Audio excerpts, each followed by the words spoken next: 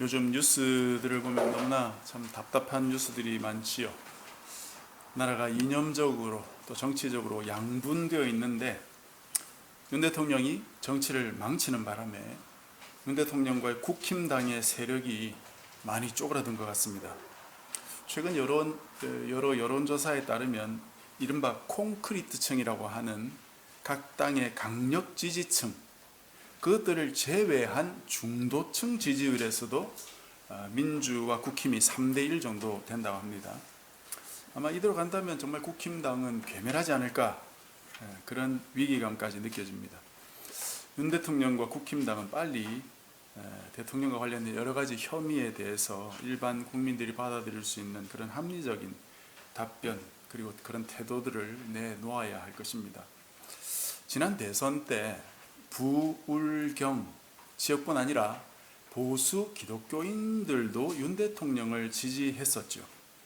당시 문재인 전 대통령에 대한 여러 가지 불만 때문에 그런 결과가 빚어졌던 것이라고 말할 수 있지만, 그렇게 뽑힌 윤 대통령을 2년 반 경험하면서 이제는 그들도 어떤 생각을 하게 됐을지 궁금하기도 합니다. 윤 대통령에 대한 반대 여론이 이제는 거의 국민의 한 70% 정도가 되어가는 것 같아요.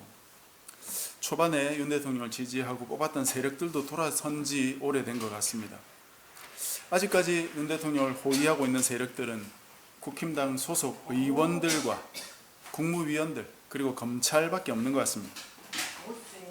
이런 사태를 해결하는 방법이 한 3가지 정도가 있다라고 언론에서 말하고 있는데요. 첫 번째는 대통령 스스로 하야하는 것, 두 번째는 국회가 탄핵하는 것이고, 세 번째는 사회 원로들이 내놓은 방안인데, 개헌을 통해서 윤 대통령의 임기를 줄이는 겁니다. 가장 좋은 건 하야이겠지만 윤 대통령은 결코 하야할 인물이 아닐 거고요. 탄핵은 넘어야 할 산이 많아 보입니다. 그나마 현재로서 가장 가능성 있는 방법이 세 번째, 개헌을 통한 방법인 것 같아요. 대통령 임기에 대한 일반적인 사항들은 그대로 두고 현재 대통령에 대해서만 임기를 단축하는 조항을 헌법에 삽입할 수 있다는 거죠. 개헌은 결국은 국민투표로 가야 되니까 현재 국민들의 정서상 아마 성공할 가능성이 높다 이거죠. 그럼에도 불구하고 보수 기독교인들 중에서는 이런 생각이나 기획들이 몹쓸 짓이라고 생각하는 분들이 아직도 많이 있지 않겠나 하는 생각이 듭니다. 왜냐하면 하나님께서 나라의 지도자들을 위해 기도하라 하셨기 때문이죠. 이 부분을 우리가 조금 살펴보면서 오늘 말씀으로 좀 이어가겠습니다. 나라의 지도자를 위해서 기도하라 하고 종용하는 부분은 우리가 최근 묵상한 그 디모데전서 2장 1절부터 나오고 있죠. 제가 한번 읽어드리겠습니다. 그러므로 내가 첫째로 권하노니 모든 사람을 위하여 간구와 기도와 도고와 감사를 하되 임금들과 높은 지위에 있는 사람들을 위하여 하라. 여기서 임금들과 높은 지위, 즉 고위 공직자들, 지도자들 말하는 것이죠. 이들을 위해서 4가지를 하라고 했는데, 간구, 기도, 감사는 여러분들이 많이 들어봤을 겁니다. 근데 도고라는 단어가 있죠. 이 도고라는 단어는 우리가 잘 사용하지 않는데, 쉽게 말하면 타인을 위한 기도입니다. 세번역 성경에는 중보 기도라고 번역해 두었습니다. 이런 말씀을 읽으면 어떤 분들이 이렇게 말하겠죠. 이거 봐라, 나라의 지도자들을 위해서 기도하라고 하시지 않았냐. 그러니까 그들이 혹시 조금 잘못을 하더라도 덮어두고 또 그들을 위해서 그들이 정치를 잘 해나갈 수 있도록 기도해 주어야 되는 거 아니냐. 탄핵하라, 쫓아내라, 그렇게 해서는 안 되지 않겠냐라고 말하는 사람들이 있다 이겁니다. 문제는 늘 말씀드리다시피 여기서 이 바울이 가리키는 기도가 무슨 기도인지가 중요하겠죠. 즉 문맥이 중요하다는 것입니다. 이 말씀을 이어서 이렇게 바울이 말합니다. 이는, 즉 그 이유는, 앞에서 말한 4가지 기도를 해야 되는 이유는 우리가 모든 경건과 단정함으로 고요하고 평안한 생활을 하려 함이라. 지도자를 위해서 기도해라. 그것을 왜 하느냐 하면서 이유를 말하는데, 일단 우리, 즉 당시 바울과 디모데, 이 편지를 받는 디모데를 위시한 그 기독교인들 말하겠죠. 이들의 경건과 평안한 생활을 위해서 그렇게 하라는 겁니다. 경건과 평안한 생활이 뭐겠습니까? 하나님을 믿는 신앙생활을 잘 해나갈 수 있도록 사회적인 별다른 문제가 생기지 않는 걸 말하는 거죠. 하나님과 예수님께 예배드린다고 유대인들로부터 이단시 받고 손가락질 받는 그런 일이 없고, 또 로마인들에게 잡혀가지 않도록 기도하라는 것이죠. 이런 종교적인 사회적인 문제가 이들에게 생기지 않도록 국가 지도자들을 위해 기도하라는 거예요. 그렇다면 어떻게 기도해야 되겠습니까? 기독교만을 위한 이기적인 기도를 하라는 그런 뜻은 아니지요. 그때까지 아직 기독교인들은 소수이고 이단시되고 있었기 때문에 기독교를 믿는다는 이유만으로 탄압받고 박해받지 않도록, 정치가들이 기독교인들의 예배를 방해하려는 목적으로 어떤 행사들을 치르지 않도록 그걸 위해 기도해야 된다는 것입니다. 자신들의 신앙생활을 별 탈 없이 해 나갈 수 있도록 기도하라. 그것이 첫 번째 이유입니다. 그것이 바로 국가 지도자들을 위한 기도의 목적이에요. 그것이. 다음에 이어서 이렇게 돼 있어요. 3절인데, 이것이 바로 말하는 이 기도가 우리 구주 하나님 앞에 선하고 받으실 만한 것이니, 하나님은 모든 사람이 구원을 받으며 진리를 아는데 이르기를 원하느니라. 즉 국가와 사회 지도자들에게도 하나님의 뜻이 이루어지도록 기도하라는 것인데, 그것이 크게 두 가지로 되어 있습니다. 그들이 구원받는 것, 그리고 그들이 진리를 아는 것, 그것을 위해 기도해야 된다. 여기서 우리가 국가 지도자들에 대한 태도를 잘 살펴야 됩니다. 예로부터 나라에 충성하는 것 자체를 올바른 신앙이라고 주장하는 사람이 늘 있어 왔죠. 여러분, 중세 십자군 전쟁들을 기억해 보십시오. 그건 나라도 아니고 교회의 지도자들이 교회의 이름으로 수많은 학살을 벌이고 땅 따먹게 했던 그런 과거지요. 교회 지도자가 이 모양인데 나라 지도자들은 뭐 어떠했겠어요? 나치니 파시즘이니 하는 그런 것들은 모두 기독교 국가 안에서 싹튼 것들입니다. 지난번에 말씀드렸듯이 히틀러가 집권했을 때 독일 교회 내에 기독교인들은 두 가지 방향으로 나눠졌어요.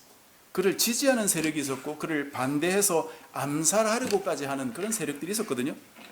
히틀러를 반대하는 세력들은 그 나라에 있지도 못하고 다른 나라로 쫓겨서 도망다니며 피신하면서 히틀러를 반대하는 운동을 하다가 목숨을 잃는 경우도 다반사했지만, 이런 소수의 분들을 제외하고 당시 독일 교회의 거의 대다수는 히틀러를 옹호했다는 사실. 그를 지지하던 그 신학자들 그리고 목사들의 주요 논리가 무엇이었을까요? 비록 히틀러의 방식이 다소 과격한 부분이 있더라도 그 정권에 협조해야 나라도 통합이 되고 경제도 발전을 하고, 그렇게 해야 교회도 여러 가지 인센티브를 얻으면서 선교나 교회 부흥에 유익할 것이라고 생각했던 거죠. 이게 바로 여러분, 멀지도 않아요. 일제치하에서 한국교회가 했던 것과 똑같은 행동이에요. 일제치하에서 일제가 한국교회를 탄압하니까 1938년 제72회 장로교 총회에서 일제 천조대신이라는 일제 신 있죠. 일본의 신. 그 신을 섬기는 예배를 기독교 예배에서 일부 예배로 드리고 2부의 여호와 예배를 드리도록 가결을 한 회의가 바로 장로회 총회 회의였어요. 놀라운 일이죠. 참으로 부끄러운 일입니다. 여기서 사실은 이 회의를 거부하고 나온 사람들이 우리 고신의 선배들이었고, 또 재건이라는 조그만 파가 있거든요. 그 소수였습니다. 대부분은 이 결의에 동조했었어요. 이런 하나님의 뜻을 배반하는 자들에게 하나님의 뜻에 대한 고려가 어디 있습니까? 영혼의 구원에 대한 고려가 어디 있습니까? 히틀러 자신은 자신의 정치 생명을 위해서 이런 온갖 감언이설을 말할 수 있겠지만 교회는 그걸 분별해야 되겠죠. 일제가 그런 말을 한다고 해서 교회가 다 따라가서 되겠습니까? 목숨을 걸고 사실은 분별하고 해야 했던 것이죠. 여러분, 지금 우리나라 상황이 어떻게 보이십니까? 우리나라 전체가 어떻게 망해가고 있는지는 둘째치고 대통령과 부인 자체가 너무나도 거짓으로 뭉친 사람들 아닙니까? 지금까지 2년 반 동안 대통령의 행보를 보면 자신의 잘못을 뉘우치거나 고치려 하지 않는다는 것이 가장 큰 문제입니다. 그게 문제의 핵심입니다. 잘못은 누구나 할 수 있습니다. 그러나 자기가 잘못을 했을 때 그걸 인식하고 거기서 조금이라도 고쳐나가면서 배우는 자세가 있다면 얼마든지 소망을 가질 수 있겠죠.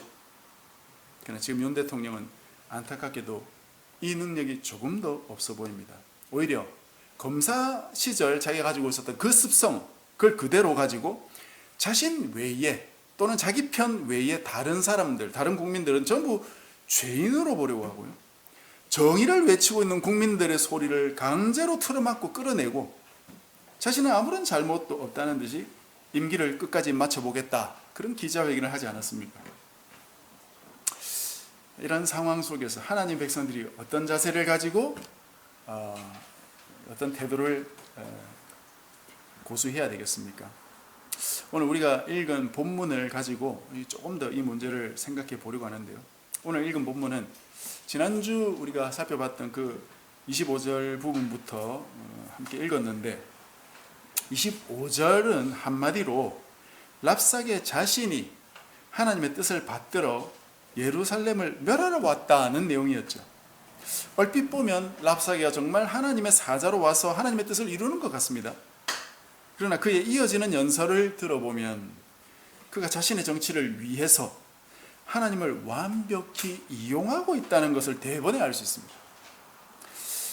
그건 그가 하는 말이 모두 거짓에 기반을 두고 있기 때문이에요. 먼저 28절부터 31절까지 31절 그 상반절까지 살펴보면 랍사게는 예루살렘 주민들을 왕인 히스기야로부터 떼어놓으려고 하고 있습니다. 둘 사이를 이간질하는 거죠. 그것은 정치적으로 볼 때는 아주 할만한 행위입니다. 아주 정치적인 행위죠. 어떤 나라 또는 기구, 제도 등을 무너뜨리려고 한다면 제일 먼저 지도자들을 공격하는 것이 가장 효율적인 방법이죠.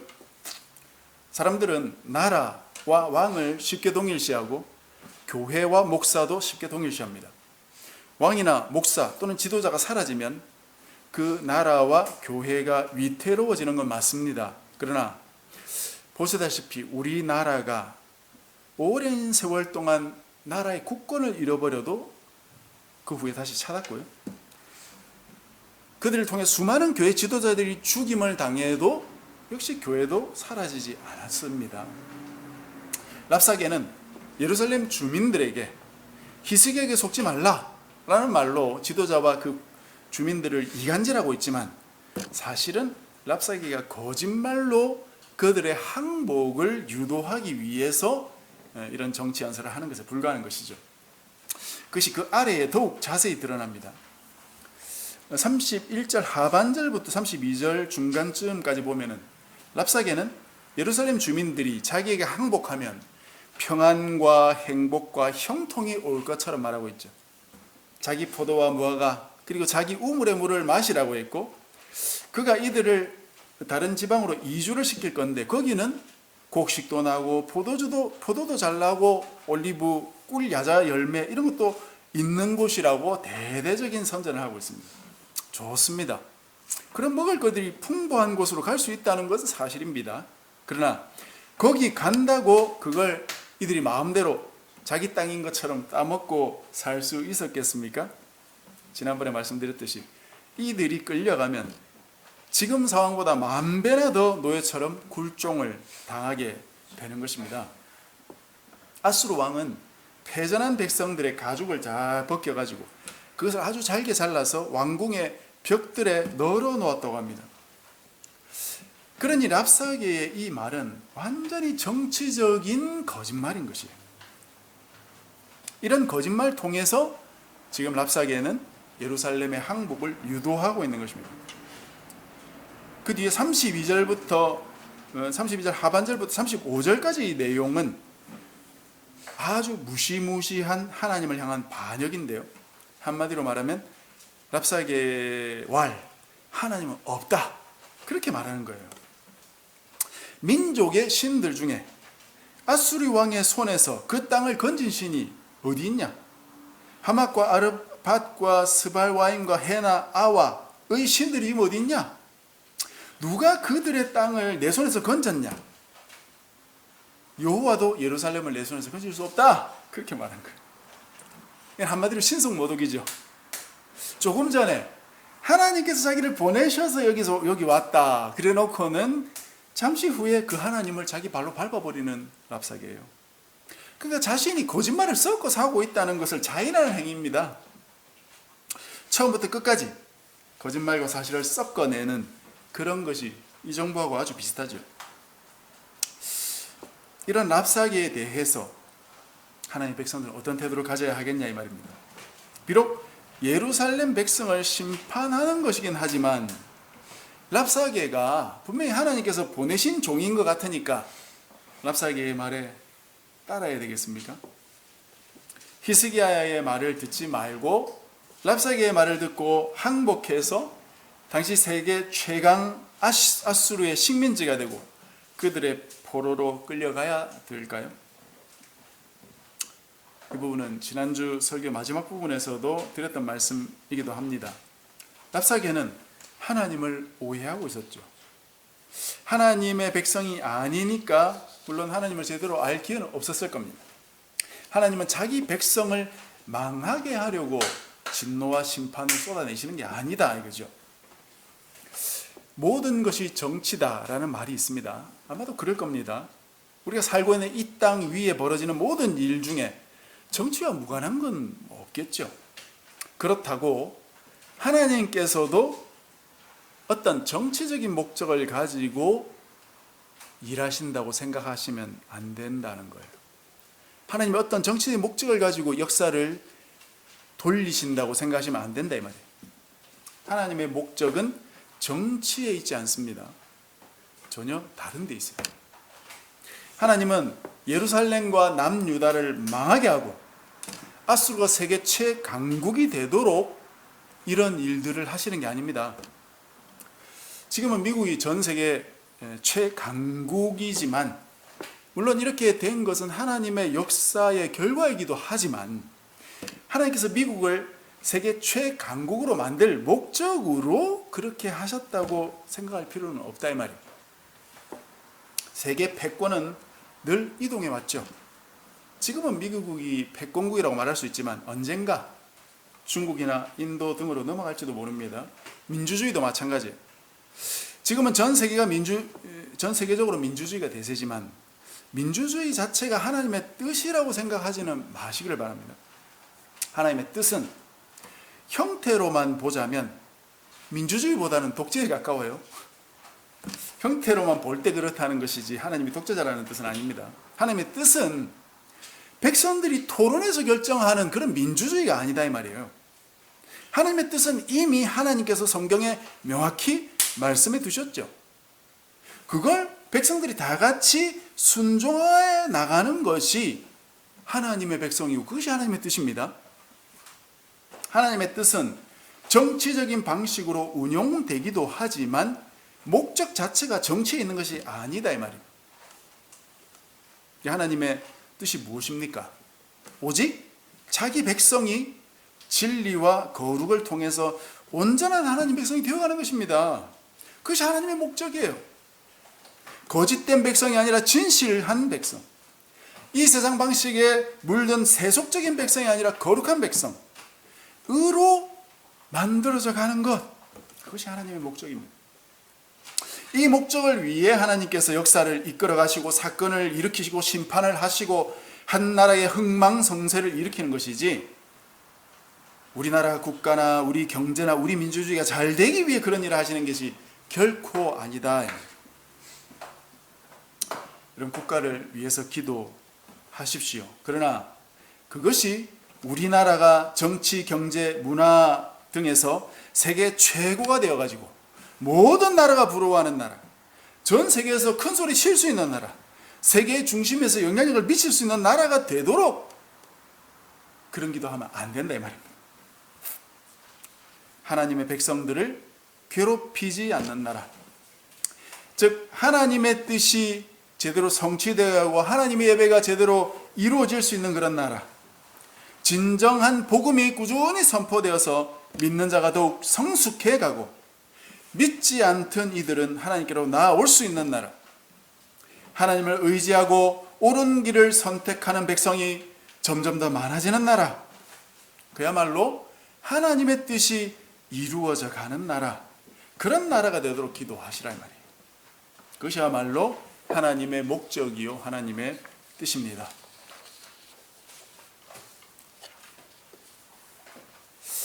오늘은 좀 짧지만 이걸로 말씀을 좀 정리하도록 하겠습니다. 오늘 랍사계를 보내신 그 하나님의 뜻에 대해서 우리가 여러 가지 생각해 보았습니다. 우리가 사는 이 세상이 우리에게는 사실은 매우 복잡한 세상이죠. 그 속에 사느라 백성이 가야 할 길도 때로는 잃어버리고 살아가고 있는 건 아닌지 우리가 우리 자신을 잘 돌아봐야 되겠습니다. 우리 인생과 내 삶 전체가 온전히 하나님의 뜻과 그 목적에 잘 맞추어 가고 있는지 살펴봐야 되겠다 하는 말씀입니다. 세상의 가치관과 세상의 정치에 휩쓸리지 말고 오직 내가 하나님의 사람으로, 하나님 백성으로 하나님의 뜻과 목적을 잘 찾아서 쫓아가는 우리 모두가 되시기를 바랍니다. 그래서 정말 하나님께서 우리를 기뻐하시고 우리의 삶을 통해 영광을 받으시고 또 하나님의 나라가 이 땅에 이루어지는 그런 복된 일에 쓰임받는 우리 모두가 되시기를 주님의 이름으로 간절히 축복합니다.